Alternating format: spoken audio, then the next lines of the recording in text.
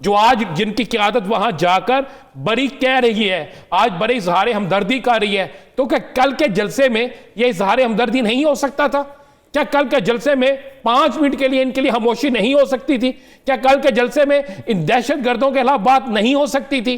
کیا کس کو نہیں پتا کہ افغانستان سے یہ دہشت گرد آئے تھے؟ ثبوت مل چکے ہیں کہ یہ جو دہشت گرد تھے جنہوں نے یہ سب کچھ کیا ہے، ان کے تانے بانے افغانستان سے ملتے ہیں۔ پھر آپ اس کا جھنڈا، پھر اس کا نعرہ۔ جناب یہ باقاعدہ پلاننگ ہوئی ہے کہ مچ کے بعد اس جلسے میں یہ سب کچھ کیا جائے گا، یہ رپورٹڈ ہے چیزیں، اور اس کے بعد کیا ہوگا؟ یہ جو اچانک سے جو بنوں نہیں پہنچ سکے، یا سر جو بنوں کے جلسے میں نہیں پہنچ سکے، جو کہیں نہیں پہنچ سکے، وہ وزیر اعلیٰ سمیت پہنچ گئے، وہ فوری طور پر پہنچ گئے۔ کراچی میں 12-13 جگہ پر دھرنا دیا ہوا، وزیر اعلیٰ سندھ گئے ہیں وہاں پہ، بلاول بھٹو گئے ہیں وہاں پہ، سارے اٹھے ہیں، مریم صاحبہ اٹھی ہیں، آگے وہاں پر خطاب شروع کر دیا۔ یہ ایک خوفناک سازش ہے، اور یہ سازش یہ ہے کہ کسی نہ کسی طریقے سے ان قوتوں کو فائدہ پہنچایا جائے جو قوتیں پاکستان کو کمزور کرنا چاہتی ہیں۔ دیکھو بنوں کا جلسہ عمران خان کی حکومت کے خاتمے کے لیے نہیں تھا، وہاں پر بات کیا ہوئی؟ وہاں پر کس کا پرچم لہرایا گیا؟ وہاں پر کس ملک کس کا ساتھ کیا گیا؟ اوپر کابل، نیچے پشاور، یہ کس نے نعرہ لگایا؟ کس کی اس وقت تقریر ہو رہی تھی؟ اور اس کے بعد آج وہاں پہ جو گفتگو ہوئی ہے، بیٹھے نا اس سردی کی رات میں، مزہ تو تب آتا ہے، یہ جتنے اپوزیشن لیڈر گئے ہیں نا، ٹھنڈی رات میں بیٹھے، پہلے دن انہیں پتا نہیں تھا، دوسرے دن انہیں پتا نہیں تھا، تیسرے دن انہیں علم نہیں تھا، چوتھے دن انہیں علم نہیں تھا، آخرکار بنوں کے جلسے کے بعد جہاں پہ سب کچھ کیا گیا، اس کے بعد یہ کیوں کیا گیا؟ ادارے کی رپورٹ کے مطابق یہ ایک پلاننگ کا حصہ ہے، اور پلاننگ یہ ہے کہ اس آگ کو بجھنے نہ دیا جائے۔ یہ جو فرقہ واریت کی آگ ہے، جو اداروں کے خلاف نفرت کی آگ پھیلانے کی کوشش کی جا رہی ہے، یہ ٹارگٹ عمران خان نہیں ہے، ٹارگٹ پاکستان ہے، اور اس ٹارگٹ کو پورا کرنے کے لیے پی ڈی ایم میں موجود کچھ جماعتیں اپنا رول ادا کریں، اور آج بھی اسی میں سے کچھ لوگ وہاں گئے۔ مجھے ایک بات بتائیں، پی ڈی ایم میں موجود یاسر صاحب 3 بڑی جماعتیں کدھر سے تعلق رکھتی ہیں؟ بلوچستان سے رکھتی ہیں نا، تو ان میں سے کتنے لیڈر گئے ہیں 3-4 دن میں اس سے پہلے؟ رانا صاحب آپ کیا سمجھتے ہیں کہ پی ڈی ایم کو اس وقت لیڈ کون کر رہا ہے؟ مولانا یا آصف زرداری؟ نہ مولانا نہ Asif Zardari, P D M کو لیڈ کوئی اور کر رہا ہے۔ کون؟ جنہوں نے نعرے لگوائے۔ وہ کون؟ آپ سمجھ سکتے ہیں پی ڈی ایم کو اس وقت لیڈ وہ کر رہے ہیں جو پاکستان کی خیر نہیں چاہتے۔ میں نہیں سمجھتا کہ آصف علی زرداری پاکستان کے خلاف ہو، لیکن وہ مولانا کے کچھ لوگوں کے ہاتھ میں اس طرح کھیل رہے ہیں کہ جس کی انتہا کوئی نہیں۔ بلاول بھٹو کی آج تقریر کوئی ایسی تقریر نہیں تھی جسے ہم سمجھیں کہ بہت زیادہ متنازع تھی، لیکن مریم نے آج تقریر وہاں پہ کیا کی؟ کل اس جلسے میں جو تقریریں ہوئیں وہ کس نے کی؟ اس تقریروں پر ابھی تک آج کے وقت تک، اس وقت تک کوئی رد عمل کیوں نہیں آیا؟ کیوں نہیں پی ڈی ایم کے اندر سے رد عمل آیا؟ کیوں نہیں پی ڈی ایم کے اندر سے کہا گیا کہ یہ ایسی چیزیں نہیں تھی؟ یا سر اس سے نظر آتا ہے کہ پیچھے فنڈنگ کسی اور کی ہے، پیچھے کوئی اور ہے، سب کچھ کوئی اور کرتا ہے۔ جس طرح کراچی کے اندر بھی ایک بات ہوتی ہے، جس طرح آپ کو پتا نا 2 جلسے اور تھے، ان میں کیا گفتگو ہوئی تھی، کس نے کیا گفتگو کی تھی؟ اس سے پہلے بھی آپ کو یاد ہے نا کہ بلوچستان کے اندر ایک تقریر ہوئی تھی، ہم آزاد بلوچستان چاہتے ہیں، جی، تو وہ پی ڈی ایم کے اندر سے ہوئی تھی، وہ کوئی محمد بلال چنیا والا تو نہیں کر کے گیا تھا۔ رانا صاحب پی ڈی ایم آئندہ کے لیے حکومت کے خلاف کیا حکمت عملی بنا رہی؟ میرا خیال دیکھیں جی، پی ڈی ایم میری جو اطلاع ہے، پی ڈی ایم اب جائے گی کسی اور طرف۔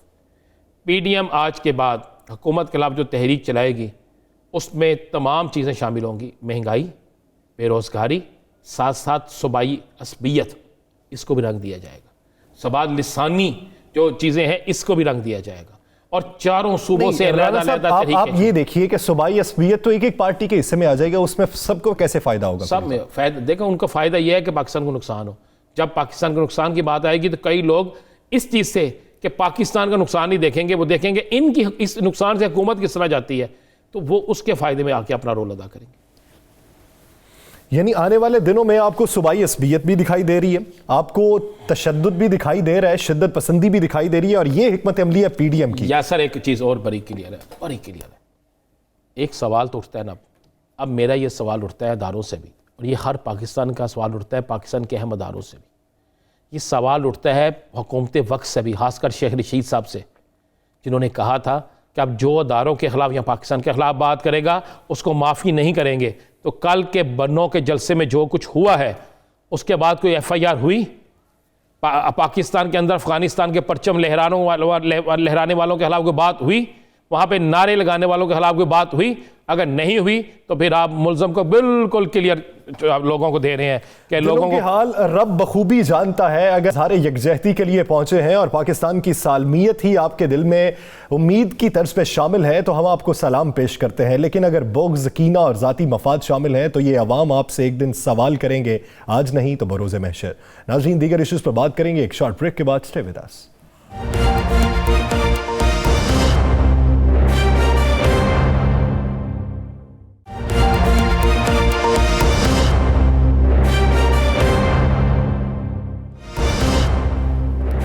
Welcome back. ناظرین، بات کریں گے مجموعی طور پر پاکستان کی صورتحال کی، بات کریں گے خطے کی صورتحال کی. خطے میں اس وقت بدلاؤ کیا آ رہا ہے، اس بدلاؤ کا اثر پاکستان پر کس طریقے سے پڑ رہا ہے اور پاکستان کو اس کا جواب کس طریقے سے دینا چاہیے کہ ایسے وقت میں جب خطے کے ایک دو ممالک خطے میں بدامنی پھیلانا چاہ رہے ہیں تو ایسے ہی وقت میں پاکستان جب آواز اٹھاتا ہے تو پاکستان میں وہ لہر کس طریقے سے پیدا ہو رہی ہے، اس کے پیچھے عناصر کون ہے، روک تھام کس طریقے سے ہو سکتی ہے.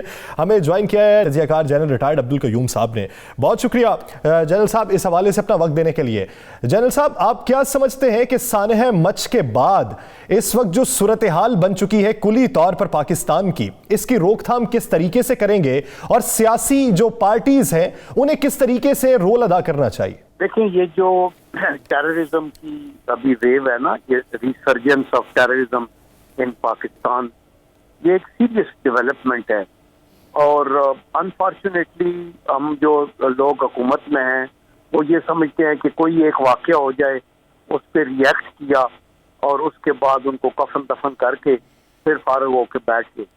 یہ ٹیررزم کی جو لعنت ہے اور یہ جو ایک کینسر ہے، اس کو روکنے کے لیے آپ کو پریمپٹ کرنا پڑتا ہے، آپ کو فورس ٹال کرنا پڑتا ہے. آپ کی جو پرائرٹیز ہیں وہ ویل تھاٹ آؤٹ ہونی ہے. آپ کو یہ دیکھنا ہے کہ خطے کی صورتحال کیا ہے، ملک کی ولنریبلٹیز کیا ہیں، اور ایسی صورتحال کے اوپر ہمارے جو دشمن ہیں ان کی انٹینشنز کیا ہیں اور وہ کیا کیا چیزیں کر سکتے ہیں. بجائے اس کے کہ کوئی واقعہ ہو جائے تو پھر ہم رونا دھونا ڈالتے ہیں. آپ دیکھیں، جو اس کی ہے نا ٹیررزم کی کچھ 5-6 کیٹیگریز ہیں. ایک ہے ہائی جیکنگ، آپ وہ ہائی جیک کر لیتے ہیں، یہ بھی ٹیررزم. دوسرا ہے کڈنیپنگ، کہ آپ بندوں کو اٹھا کے لے جاتے ہیں. تیسرا ہے بومبنگ، آپ نے مختلف جگہ کے اوپر دیکھا. پھر ہے آپ کی اسیسینیشن، کئی دفعہ کڈنیپ کر کے آپ بندوں کو اسیسینیٹ کر کے پھر ان کو کمبائن کر لیتے ہیں. پھر کئی دفعہ آرمڈ اسالٹس ہوتے ہیں اور کئی دفعہ ہوسٹیجز لے لیتے ہیں. ابھی یہ مختلف کیٹیگریز ہیں. آپ کو یہ دیکھنا ہوگا آپ کے بارڈر ولنریبل کدھر ہیں اور اس طرح کی ایکٹیویٹی کہاں سے شروع ہو جائے گی، اور کیا یہ انڈیویجول ایکٹس ہیں، یہ اس کے پیچھے کوئی ملک ہے اور وہ کیا کر سکتا ہے. پھر ان ہولز کو بند کرنے کے لیے آپ کو پری پلاننگ کرنی ہے تاکہ آپ پریمپٹ کر سکیں، بجائے اس کے کہ نقصان ہو تو اس کے بعد ہم چلیں. تو میرا خیال میں ہم تو ڈے ٹو ڈے رہتے ہیں نا، ہمارے تو ناک کی نوک کے آگے ہم کچھ بھی نہیں دیکھتے. یہ ایک آپ کو دور رس اسٹریٹجی بنا کے آگے چلنا ہوگا. اور ابھی آپ کو پتا ہے کہ انڈیا کے اندر تکالیف ہے، تو انڈیا پاکستان کو نشانہ بنانا چاہتا ہے اور وہ یہ چاہتا ہے کہ پاکستان دشمنی کو جو ہے وہ سامنے رکھ کے انڈیا کے اندر پالیٹکس کی جائے. افغانستان کی سچویشن آپ کو پتا ہے کہ وہ وہاں سے چونکہ امریکن نکل رہے ہیں، یہ ناپسند ہے انڈیا کو اور نہ ان ایلیمنٹس کو پسند ہے جو افغانستان کے اندر وار لارڈز کے ساتھ ہیں، اور وہ یہ چاہتے ہیں کہ یہ امریکن پیسہ آتا رہے. جنرل صاحب، ابھی آپ نے بات کی، آپ نے بڑی اچھی انفارمیشن دی اور بالکل اسی طرح ہو رہا ہے اور ہمیں کیا کرنا آپ نے یہ بھی بتایا. کل ایک جلسہ ہوا بنوں میں، اس میں افغانستان کا پرچم لہرائے گئے، اس میں بڑی تعداد میں. اس کے بعد وہاں نعرے لگے کہ اوپر کابل نیچے پشاور. تو جب سیاسی جماعتوں کے جلسوں میں اور بڑی سیاسی جماعتوں کے جلسوں میں یہ سب کچھ ہو رہا ہو اور سیاسی جماعتوں کے رہنما خاموشی اختیار کریں تو پھر کیا وہ خود اس کا حصہ نہیں ہوں گے؟ دیکھیں، آپ کی یہ بات بالکل ٹھیک ہے اور یہ بہت بڑی افسوسناک بات ہے کہ ایک ایسا ملک جس کے اندر 4 صوبے ہیں، لوگوں کی مختلف زبانیں ہیں اور ہمیں جوڑنے والی جو ہے گلو یا جو ہمیں آپس میں جوڑتی ہے وہ ہمارا اسلامک ایمان ہے، اور ہم اپنے طور کے اوپر ایک اکٹھا مطلب رہ کے تو ملک کو آگے چلانا چاہتے ہیں. ایسی صورتحال میں ہمیں کبھی بھی کوئی ایسا موقع نہیں دینا چاہیے جہاں لوگ پاکستان کی ڈس انٹیگریشن کی بات کریں، پاکستان کی یکجہتی پہ ضرب لگائیں. تو آپ ٹھیک کہتے ہیں کہ اگر ایسا کوئی جھنڈا انداز ہے تو لیڈرز کو رکنا چاہیے اور کہنا چاہیے کہ اس کو ہٹاؤ، اور ہم پاکستان ایک پاکستان ہے، کوہاٹ بھی پاکستان ہے، پشاور بھی پاکستان ہے، کوئٹہ بھی پاکستان ہے، لاہور بھی پاکستان ہے، حیدرآباد اور کراچی بھی پاکستان ہے، اور ہم سب جو ہے مل کے اللہ کی کرم سے. جنرل صاحب، آپ سینٹ میں بھی بیٹھے ہیں، سینٹ میں اس حوالے سے آپ کیا سمجھتے ہیں کہ جماعتوں کو کس طریقے سے اکٹھا ہونا چاہیے اور آئندہ کی حکمت عملی کیا ہونی چاہیے؟ دوسرا، آپ کا تعلق مسلم لیگ نون سے بھی ہے، تو آج مریم نواز صاحبہ نے جو تقریر کی، جس طرح کا بیان دیا، بلاول بھٹو کا بیان اور طریقے کا تھا، مریم صاحبہ کا بیان اور طریقے کا تھا، کیا ایسے وقت میں ایسے بیانات ہونے چاہیے؟ دیکھیں، جو تو آپ نے سینٹ کی بات کی ہے، یہ بات ٹھیک ہے. ہم سینٹ کے اندر بات یہی کرتے ہیں جو میں آپ سے کر رہا ہوں، کہ ہمیں اپنی پارٹیوں سے اوپر اٹھ کے جب قومی مفادات کی بات آئے تو پوری قوم کو اکٹھا ہونا چاہیے. اور آج جو ہمیں تھریٹ ہے وہ ہماری سیکیورٹی کو ایک ہائیبریڈ تھریٹ ہے، جس کے اندر یہ ٹیررزم کی ایک بات ہے، یہ جو آپ کی سائبر اسپیس کے اوپر اٹیکس ہوتے ہیں یہ ایک اور ہے، سوشل میڈیا میں پروپیگنڈے ہیں، اس کے علاوہ ایک اکنامک اسٹرینگولیشن ہے. تو ان ساری چیزوں کو روکنے کے لیے ہمیں بحثیت قوم اکٹھا ہونا ہے، لیکن اس کی کنجی جو ہے نا، اس اتحاد کو پیدا کرنا اور اس کو یکجا کرنا ساری پارٹیوں کا، اس کی کنجی اسلام آباد میں ہے. اور اس میں انفارچونیٹلی عمران خان صاحب جو ہیں وہ اس میں ہٹ درمی کرتے ہیں. وہ یہ نہیں سمجھتے کہ آپ ہر طرح کے بندے سے بات کریں اپنے اصولوں پہ قائم رہتے ہوئے. کوئی آپ یہ کہتے رہیں کہ این آر او لوگ مانگتے ہیں، یہ کرتے ہیں، آپ این آر او نہ دیں، آپ عدالتوں پہ چھوڑیں اور عدالتیں انصاف کریں. لیکن ملک کے اندر یک زبان ہو کے ہمیں اب سی پیک کو آگے چلانا ہے، ہمیں انڈیا کی دشمنی کا مقابلہ کرنا ہے، ہم نے اپنے نیوکلیئر ایسٹس کو. جنرل صاحب، آپ کی بات بالکل بڑی اچھی ہے. مجھے کیا بتائیں، اگر یہ حکومت کی ذمہ داری ہے، کیوں اپوزیشن کی بھی یہ ذمہ داری نہیں ہے؟ جب پاکستان کی سالمیت کا مسئلہ ہے تو سب کو ایک نہیں ہونا چاہیے؟ بالکل ٹھیک آپ کہتے ہیں، یہ ہم سب کی ذمہ داری ہے، لیکن جو کی رول ادا کرنا ہوتا ہے نا، وہ حکومت نے کرنا ہوتا ہے. اگر اپوزیشن آگے بڑھ کے بھی کوشش کرتی جائے اور حکومت نہ مانو کہے کہ جب آپ ملنا چاہیں تو وہ کہے یہ این آر او مانگے کہ میں ان سے ہاتھ بھی نہیں ملاتا، تو بات بنتی نہیں. لیکن اگر حکومت آگے بڑھے گی اور اپوزیشن تعاون نہ کرے تو لوگوں کی نگاہوں میں پھر گر جائے گی اپوزیشن. انہوں نے ووٹ لینے ہوتے ہیں. جب پولیٹیکل پارٹی کی وہ موت ہوتی ہے جب آپ کی پذیرائی پبلک میں ختم ہو جائے. تو میں یہ سمجھتا ہوں کہ آفٹر ہیونگ سین سینٹ بھی دیکھی ہے، افواج پاکستان کی سروس بھی کی ہے، اب میں نے یہ کمرشل ادارے، اسٹیل مل، پی او ایف اور لوگوں کو دیکھا ہے، اور ابھی پالیٹکس میں بھی ہوں، کالم لگاری بھی کرتا رہا ہوں. آنیسٹ ٹو گاڈ میں یہ کہتا ہوں کہ آج ہم جتنے ڈس انٹیگریٹڈ ہیں نا، اتنے پہلے کبھی بھی نہیں تھے. اور جس کے منہ میں جو بات آتی ہے وہ کہہ دیتا ہے، جو جھنڈا لہرانا ہے وہ لہرا دیتا ہے. ہمیں اکٹھے ہو کے لائن آف کنٹرول پہ ہمارے لوگ شہید ہو رہے ہیں. جنرل صاحب، آپ دفاعی، سیاسی اور معاشی امور تمام بخوبی جانتے ہیں، تو کیا ایسی صورتحال میں کہ جب حکومت بھی ماننے کو تیار نہیں، اپوزیشن بھی ماننے کو تیار نہیں، تو پھر بیچ میں کی رول کون ادا کرے گا؟ عوام نکلیں گے باہر؟ دیکھیں، بات یہ ہے کہ ہمیں عوام کو اپنے طور پہ پبلک جو اپنے نمائندے ہیں یہ پریشر تو رکھنا چاہیے. آپ جیسے صحافی، ان کا ایک میڈیا کا ایک رول ہے جو کہ یہ بتائیں. ہم انفارچونیٹلی پولیٹیکلی پولرائزڈ ہیں نا. میں اگر ایک پارٹی کے ساتھ ہوں تو میرے لیے وہ سارے فرشتے ہیں، اور میں اگر دوسرے کے خلاف ہوں تو اس کا ہر اچھا کام بھی میرے لیے برا ہے. یہ ایسی چیز ملک آگے نہیں چلتے. آپ آج دیکھیں ٹرمپ جو ادھر کریٹ کیے ہوئے پرابلم امریکہ میں، تو ایون ان کے جو پارٹی پبلکنز ہیں بہت سارے، وہ ان کے ساتھ اس کے ایڈوائزر ٹائپ، نیشنل سیکورٹی کا ایڈوائزر کھڑا، اس نے کہا کہ ایسے بات ٹھیک نہیں ہے. تو آئی تھنک ہمارے یہ بڑی اچھی بات کی آپ نے کہ وہاں پہ انہوں نے کہا یہ ٹھیک نہیں ہے. یہی سوال ہم آپ سے پوچھنا چاہ رہے ہیں کہ آج جو محترمہ نے وہاں پہ تقریر کی ہے، کیا آپ اسے پاکستان کے لیے سمجھتے ہیں بہتر؟ دیکھیے، مریم نواز نے جو تقریر کی ہے وہ وہاں ایک تو انہوں نے کہا کہ میں یکجہتی کے لیے آئی ہوں، اور ساتھ ہی ادھر انہوں نے یہ بھی کہا کہ جو پرائم منسٹر کے لیے اگر یہ انتظار میں بیٹھے ہیں اور یہ کہتے ہیں 1 مہینہ ہم ڈیڈ باڈیز کو نہیں اٹھائیں گے اور دفن نہیں کریں گے، تو پرائم منسٹر کو آ جانا چاہیے. انہوں نے یہی کہا نا. اور انہوں نے یہ کہا کہ آپ کے اپنے بچے بھی ہیں، آپ ذرا ایک اس نگاہ سے دیکھیں کہ یہ جتنی ان کے اوپر ایک قیامت صغریٰ آئی ہوئی ہے، آپ اور ہم میں سے کسی کے اوپر بھی ایسے حالات ہوں تو ہماری کیا جنرل صاحب، میاں نواز شریف کے دور میں آپ چونکہ نون لیگ کے سینیٹر بھی ہیں، اس دور میں بھی ثانیہ ہزارہ برادری پہ ہوا تھا. میاں نواز شریف صاحب کیا آئے تھے؟ کیا یہی حل ہے؟ کیا سیاسی جماعتوں کو اس کو حل کرنے کی بجائے اس کو اچھالنا، کیا یہ بہتر ہوگا؟ دیکھیں میرے بھائی، آپ بالکل ٹھیک بات کہہ رہے ہیں. پوائنٹ یہ ہے کہ یہ جو ڈیمانڈ ہے کہ یہ ان کو ادھر جانا چاہیے، یہ پولیٹیکل پارٹیوں کی ڈیمانڈ تو نہیں ہے نا، یہ تو لوکل کی ڈیمانڈ ہے کہ ہم دفن نہیں کرتے اور ادھر آئے. اگر یہ نواز شریف صاحب کے ٹائم کے اوپر جب یہ وکلاء کے اوپر ہوا یا کسی کے اوپر ہوا تو وہ اگر یہ کرتے کہ فوراً وہ ادھر آئیں تو ان کو جانا پڑتا. مطلب ہے کہ مقصد یہ ہے، دیکھیں اس کے اندر ہم بالکل سیاست نہ کریں، یہ اچھی بات ہے. اچھا جنرل صاحب یہ بتا دیں، آپ چونکہ فوج میں رہے ہیں، بڑے اہم اداروں پہ آپ رہے ہیں، افغانستان کے حوالے سے کہا جا رہا ہے کہ اس میں افغانستان کا عمل دخل ہے، NDS کے لوگ اس میں ملوث ہے اور کچھ شراحت بھی ہو چکی ہے. آپ کے مطابق آپ کی انفارمیشن کیا ہے؟ آپ کیا سمجھتے ہیں ایسا ہے؟ دیکھیں انفارچونیٹلی افغانستان کو جو ہے نا، یہ انڈیا کے را، موساد اور MI5 اور 6 اور اسی طرح CIA، یہ ساروں نے یہ جو ہمارے اندر یہ ایک ظلم ہوتا رہا ہے اور 70,000 لوگ شہید ہوئے پاکستان کے فوجی اور غیر فوجی اور پولیس کے لوگ اور وکلاء اور سویلین. یہ ایسے ہی تو نہیں ہوئے کہ ہمارے مذہبی انتہا پسند جو ہیں وہ انہوں نے گنارہ تکبیر لگا کے تو لوگوں کے اوپر حملے کیے ہیں. ان کے پیچھے بہت سی بڑی پلاننگ ہے، انٹیلیجنس ہے، لاجسٹکس ہے، پیسہ ہے. تو یہ وہ ابھی افغانستان کے اندر ہم کوشش کر رہے ہیں کہ امن آئے.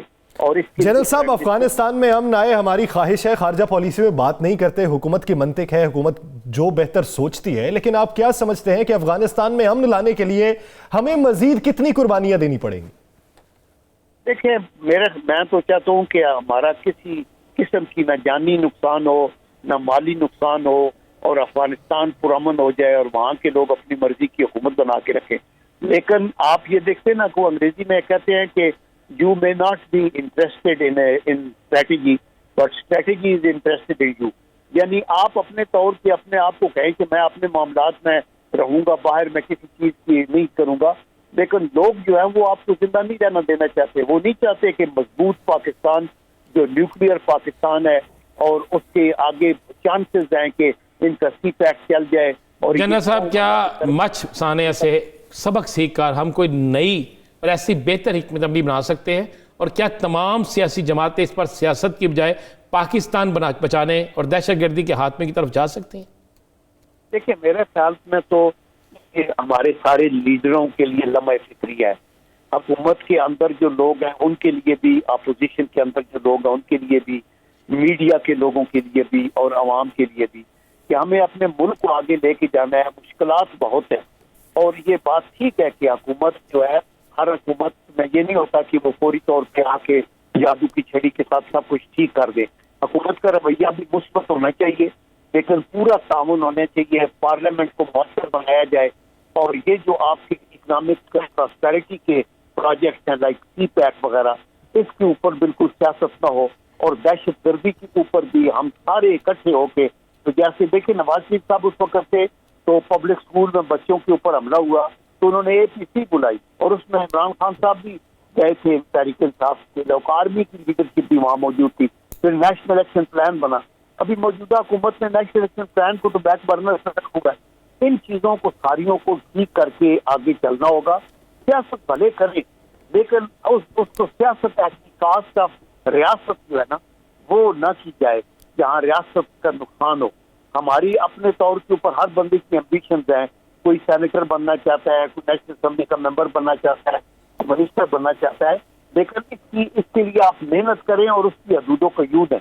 لیکن یہ آپ اپنی عہدے لینے، یعنی آپ سیاست کیجئے لیکن اس میں معاشی، سیاسی اور دفاعی محاذ سے ہٹ کے کیجئے. اگر آپ کو لگے کہ اس سیاست سے ملک یا قوم کا کچھ نقصان ہو سکتا ہے تو اس پہ بیک فٹ پہ چلے جانا عقل مندی ہے اور آپ کی جیت ہوتی ہے. بہت شکریہ جنرل ریٹائرڈ عبدالقیوم صاحب اس حوالے سے اپنا وقت دینے کے لیے. ناظرین بریک کے بعد ہمیں جوائن کریں گے حافظ حسین احمد. اسٹے ود اس.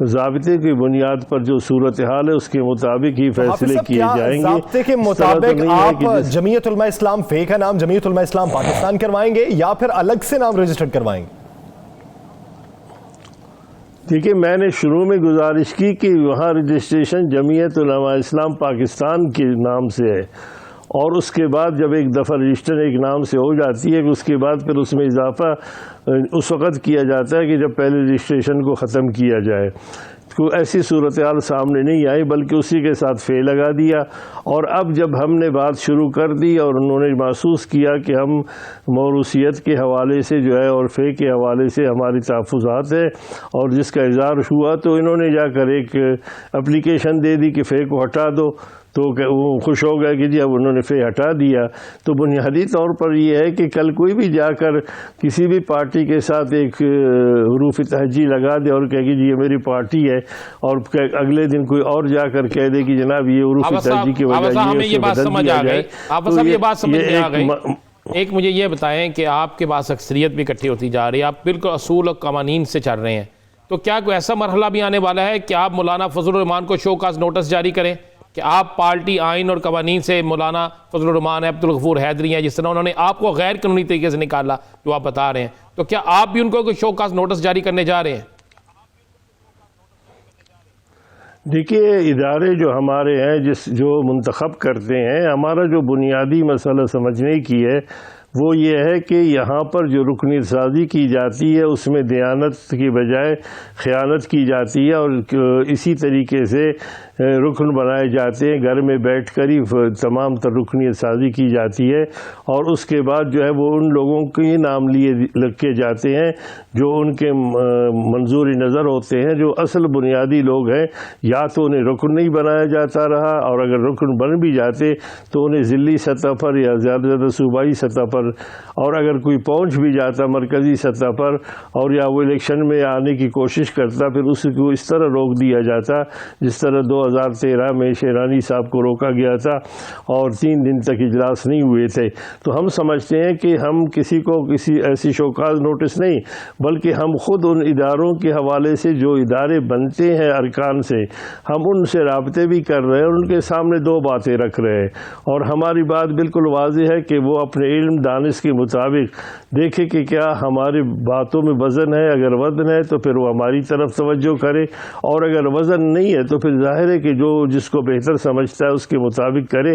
اور مجھے یقین واثق ہے کہ اس وقت یعنی چند دن ہو گئے لیکن صورتحال بالکل ہمارے توقعات کے برعکس جو ہے وہ کافی لوگ جو ہے اس طرف آ رہے ہیں، اور ہم اسی انداز میں اپنی پروگرام کو آگے بڑھائیں۔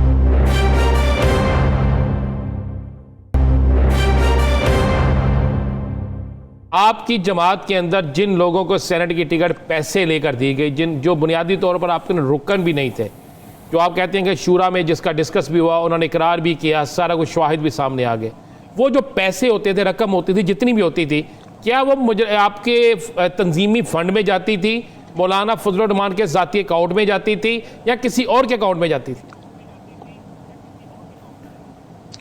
نہیں جی، ان کے جو تحقیقات ہوئی تھی، جو کمیٹی تھی، اس میں تو کچھ مولانا کے بھائی وغیرہ انہوں نے کچھ تقسیم کیے تھے، جماعتی فنڈ میں نہیں گئے تھے۔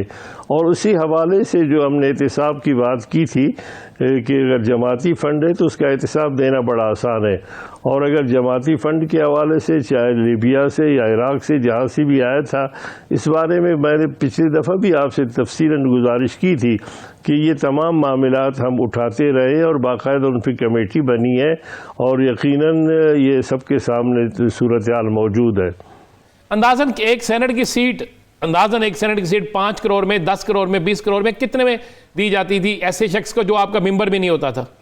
میں نام نہیں لینا چاہتا کس کو دی جاتی تھی، لیکن اندازاً بہرحال دیکھیں، مجھے تو اس کا اندازہ نہیں ہے، لیکن ظاہر ہے کروڑوں میں تھا، اور ہمیں جو کمیٹی کے حوالے سے جو تحقیقات ہوئی تھی تو اس میں کم از کم ایک ایم پی اے کو 3 کروڑ روپے دیے گئے تھے. اب اس کے علاوہ یہ ہے کہ کتنے لیے گئے تھے اور کتنے لوگوں کو دیے گئے تھے اور کیا صورتحال تھی، ظاہر ہے کہ وہ اس کا مجھے علم نہیں ہے. میں کوئی ایسی بات نہیں کہتا ہوں کہ صرف ضد یا اس حوالے سے کہ مجھے پارٹی سے نکال دیا گیا کہ میں غلط بات کہوں. جتنی بھی میری معلومات تھی میں نے آپ سے شیئر کر لیے. حافظ صاحب، ایک عذر اٹھتا ہوتا ہے کہ جب کوئی شخص پارٹی سے علیحدہ ہو جائے، جیسے کہ ابھی آپ بات کر رہے ہیں، کوئی پارٹی سے علیحدہ ہو جائے اور پھر وہ کچھ باتیں کریں تو پھر سوال اٹھتے ہیں کہ آپ نے اس وقت یہ بات کیوں نہ کی جب یہ واقعہ وقوع پذیر ہو رہا تھا. دیکھیے، میں گزارش کروں گا کہ یہ جب واقعہ حضور ہو رہا تھا اسی وقت بھی بات کی گئی، لیکن میں نے آپ سے کہا کہ اس وقت بھی ہماری کوشش یہ تھی اور آخری دم تک ہم یہ کوشش کرتے رہے کہ یہ معاملات کو پارٹی کے اندر بات کریں. آخر اگر ہمیں جس انداز میں نکالا گیا، جس کا میں نے شروع میں تذکرہ کیا تھا کہ جب چاروں کو اسی طرح نکالا گیا، اگر میں نے ایک بیان دیا تھا لیکن دوسروں نے تو کچھ نہیں کہا تھا. اس وقت نکالنے کی بات یہ ہے کہ ہم ان اداروں میں موجود تھے اور باضابطہ طور پر اپنی بساط کے مطابق ہم ہر وقت مزاحمت بھی کرتے تھے اور اس کے خلاف آواز بھی اٹھاتے تھے، اور اس بات کو سب کے سامنے بھی کی گئی ہے. جب مولانا فضل الرحمان صاحب صدارتی الیکشن لڑ رہے تھے، شیرانی صاحب کا نام پیش کیا گیا، تو ظاہر ہے کہ جہاں موروثیت ہو اور جہاں پر ہر پارٹی میں جو جس پیپلز پارٹی ہو، مسلم لیگ نون ہو یا مولانا فضل الرحمان صاحب کی پارٹی ہے، وہاں پر تو تصور نہیں کیا جاتا کہ موروثیت کے علاوہ کوئی شخص آ کر اس طریقے سے قدم رکھے. ہم نے آئین اور دستور کے مطابق ہی بات کی اور ہم نے کوشش کی کہ بات پارٹی کے اندر رہے. کوئٹہ میں ہے، بہت بڑا ایک حادثہ ہو گیا مچ میں، اور لاشیں رکھ کر پروٹیسٹ ہو رہا ہے، وہاں پہ میتیں رکھی ہوئی ہیں. آج پی ڈی ایم کی ساری قیادت وہاں پہنچ رہی ہے. کچھ لوگ پی ڈی ایم کے تو بلوچستان سے تعلق رکھتے ہیں، پر اہم رہنما ہیں، وہ 4-5 دن تو وہ نہیں پہنچے. آج اچانک آپ کیا سمجھتے ہیں، اظہار یکجہتی ہے، سیاست ہے، یا کسی اور کے کہنے پہ کچھ اور ہے؟ میں سمجھتا ہوں کہ اصل جو بنیادی معاملات ہیں اس کو ایڈریس نہیں کیا جا رہا. عمران خان صاحب کے لیے غالباً جو وہ رساں ہیں یا جن کے ساتھ یہ ظلم و ستم ہوا ہے، وہ سمجھتے ہیں کہ یہ پہلی بار نہیں ہے. ہر چند ماہ کے بعد جو ہے نا اس قسم کے اندوناک واقعات ہوتے ہیں، اور پچھلی دفعہ بھی عمران خان بھی آتے رہے ہیں. اس وقت جب پرویز اشرف صاحب تھے وزیر اعظم، اس وقت بھی صورتحال ایسی تھی. لیکن رانا صاحب، ایک بنیادی جو مسئلہ یہ ہے کہ اب تک جتنے بھی واقعات ہوئے ہیں، جس میں تقریباً 2000 کے قریب کم و بیش جو ہے نا لوگ اس حوالے سے جو ہے نا بے دردی کے ساتھ جو ہے ٹھکانے لگا دیے گئے، اس کے باوجود یعنی کوئی بھی ایسی نہیں ہے کہ قاتل گرفتار ہو گئے یا صورت کار گرفتار ہو گئے ہیں. اب ظاہر ہے کہ جو لوگ یہاں پر موجود ہیں وہ اس بارے میں ان کے جو تاثرات ہیں وہ یہی ہے. اور میں سمجھتا ہوں کہ یہ جو ابھی لین لگی ہے تو اس میں یقیناً سیاست بھی ہے اور اسے ہمدردی بھی کہا جا سکتا ہے، لیکن جو اس وقت ریس لگی ہوئی ہے اس میں بنیادی طور پر مسئلے کا حل کم ہے، لیکن میں سمجھتا ہوں کہ سیاست زیادہ ہے. حافظ صاحب، آپ اس علاقے کے رہنے والے ہیں، جیو اسٹریٹجک صورتحال سے بھی بخوبی واقف ہیں اور دہائیوں سے ایسے واقعات رپورٹ ہو رہے ہیں. آپ کی نظر میں ان واقعات کی روک تھام کے لیے اقدامات کیا ہونے چاہیے؟ کیا موجودہ دور حکومت میں جس طرح کا حکومت کا رویہ رہا، ایسے رویوں سے یہ واقعات رک سکتے ہیں یا اس کے لیے پلاننگ کچھ اور ہونی چاہیے؟